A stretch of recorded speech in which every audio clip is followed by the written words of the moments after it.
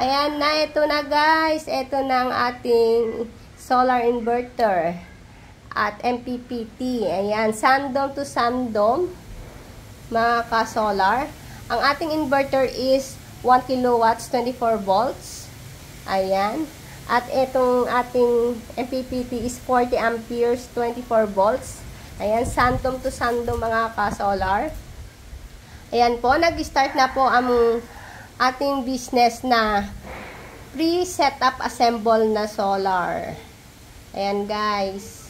Sa gustong mag-avail, ayan, PM nyo lang guys si Ka-Solar Aruba. Ayan, Aruba. PM lang kayo para kung gusto nyo makatipid sa inyong mga kuryente. Ayan guys. Avail na kayo ng ating pre-setup assemble solar.